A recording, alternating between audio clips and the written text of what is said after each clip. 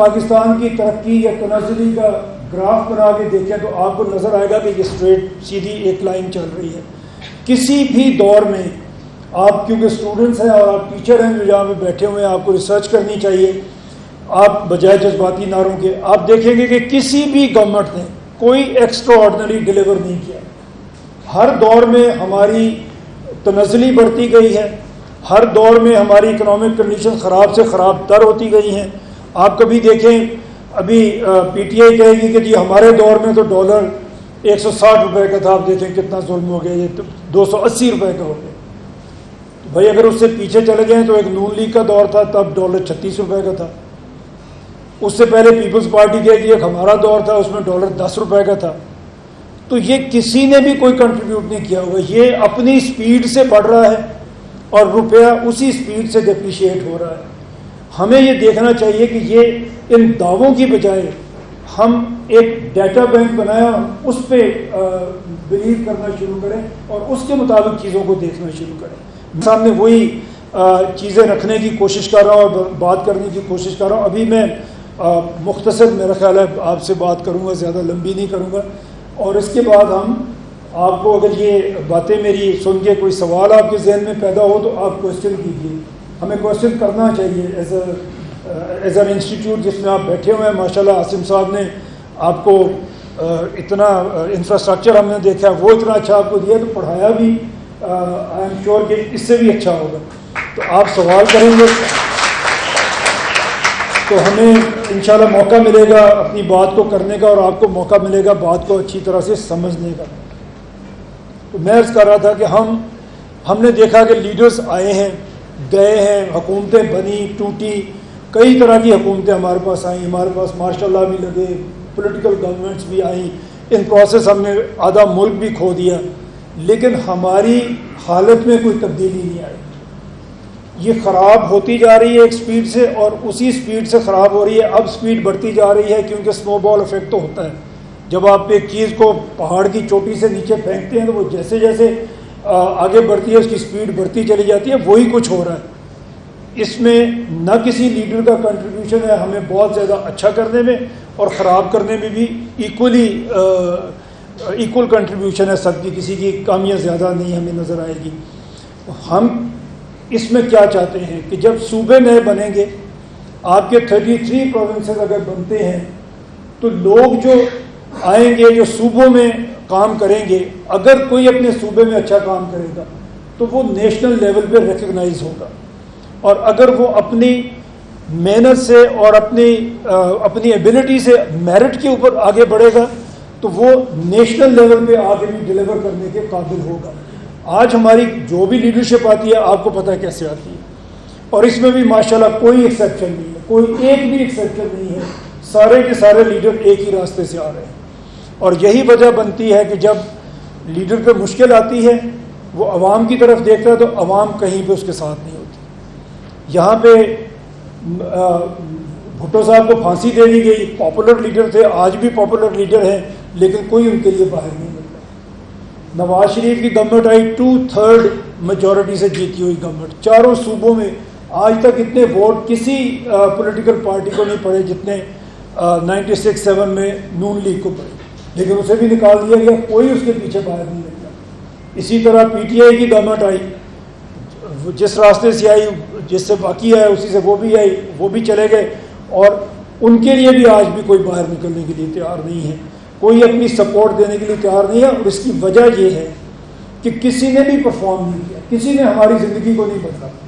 اگر ہم اپنے ساتھ ملتا جلتا کوئی ملک دیکھیں تو وہ ٹرکی ہے, وہاں بھی مارشل لا لگتے رہے, وہاں بھی پرائم منسٹر کو پھانسی دی گئی, اور وہاں بھی یہی سب کچھ ہوتا رہا جو ہمارے یہاں پہ. اسی طرح کی پولیٹیکل گورنمنٹس وہاں پہ بھی آتی ہیں, لیکن ایک لیڈر وہاں پہ آیا جو لوکل گورنمنٹ میں پرفارم کر کے آیا. اردگان صاحب پہلے میئر بنے, انہوں نے ڈیلیور کیا اپنے لوگوں کو, پھر وہ ملک کے صدر بنے, اور صدر بن کے بھی انہوں نے لوگوں کی زندگیوں کو بدلا, اپنے ملک کو آگے لے کے بڑھے. اور جب ان کے خلاف کو ہوا تو اس کی حفاظت کس نے کی؟ عوام نے اس کی حفاظت کی. اور جمہوریت کی حفاظت کرتا کون ہے؟ وہ تو عوام ہی کرتی ہے, کیونکہ یہ عوام کی حکومت ہوتی ہے. ہمارے ہاں یہ نہیں ہو سکا بیکاز ہمارے لیڈر کسی پروسیس سے نہیں آئے. ہم یہ چاہتے ہیں کہ صوبے بنے, پولیٹیکل جو آپ کا کیک ہے وہ بڑا ہو, اس کے سٹیک ہولڈر زیادہ ہو, وہ پرفارم کریں, پرفارم کر کے آگے بڑھیں تاکہ لوگوں کے دلوں میں ان کی عزت اور ان کی شہرت کسی وجہ سے ہو, صرف جذباتی نہ ہو بلکہ وہ پرفارم کر کے آگے بڑھیں, اور وہاں سے جو لوگ آگے بڑھیں گے وہ نیشنل لیول پہ آپ کے اچھے لیڈر بنیں گے. انڈیا میں آپ نے دیکھا کہ چائے بیچنے والا ملک کا پرائم منسٹر بن گیا, کیونکہ سسٹم اس کو اجازت دے رہا تھا. سسٹم میں یہ گنجائش موجود تھی کہ اگر کوئی محنت کرے گا تو وہ لوور مڈل کلاس سے بھی ہوگا تو وہ بھی آگے بڑھ سکتا ہے. اور یہ بھی میں آپ کو کہنا چاہوں گا, سارے اسٹوڈنٹس کو بھی, ٹیچرز کو بھی, کہ دنیا بھر میں پولیٹیکل لیڈرشپ آپ کی مڈل کلاس سے آتی ہے.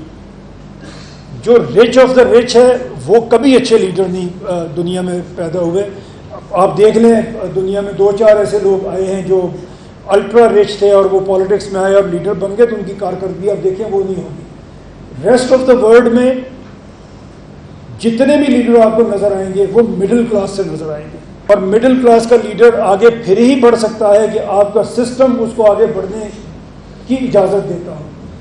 میں یہ ہمیشہ کہتا ہوں, آج بھی رستے میں چوہی صاحب بھی یہ ذکر کر رہے تھے کہ ابھی آپ نے دیکھا ارشد صاحب جنہوں نے وہ نیزہ پھینکا اور وہ اولمپک چیمپئن بن گئے, اور جب واپس آئے تو یہاں پہ ہر طرح کے لوگ کریڈٹ لے رہے تھے اور ان کو انعام ان کو مل رہے تھے, سب کچھ مل رہا تھا.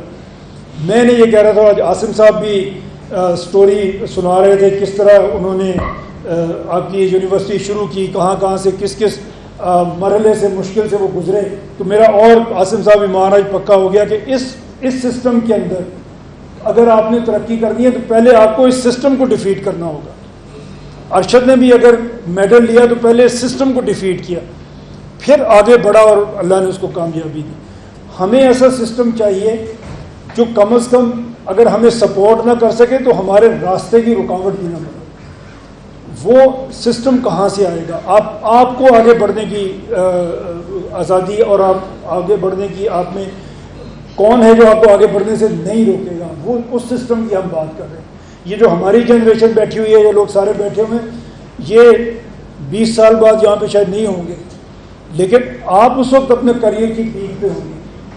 آج ہمارے ان صوبوں کی وجہ سے, ان بڑے ایڈمنسٹریٹو یونٹس کی وجہ سے 44% بچے ہیں جو اسٹنٹنگ گروتھ ہو رہی ہے, جن کو پورا کھانا نہیں مل رہا, اور اس کی وجہ سے ان کا برین ڈیولپ نہیں ہو رہا, ان کی باڈی ڈیولپ نہیں ہو رہی.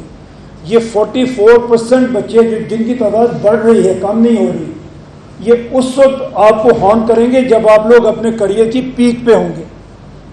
یہ ملک آگے چل ہی نہیں سکے گا, بڑھ ہی نہیں سکے گا اگر ہم اس کو نہیں آج روک دیتے. تو اگر اس کو ہم سامنے رکھیں تو ہم نے اپنا 20 سال بعد کا فیوچر بھی داؤ پہ لگا دیا ہوا ہے. اگر آج اس پہ بات نہیں کریں گے اور آپ لوگ بات نہیں کریں گے تو یہ آپ ہی کے کریئر کے پیک پہ آپ کے سامنے آگے کھڑا ہوگا.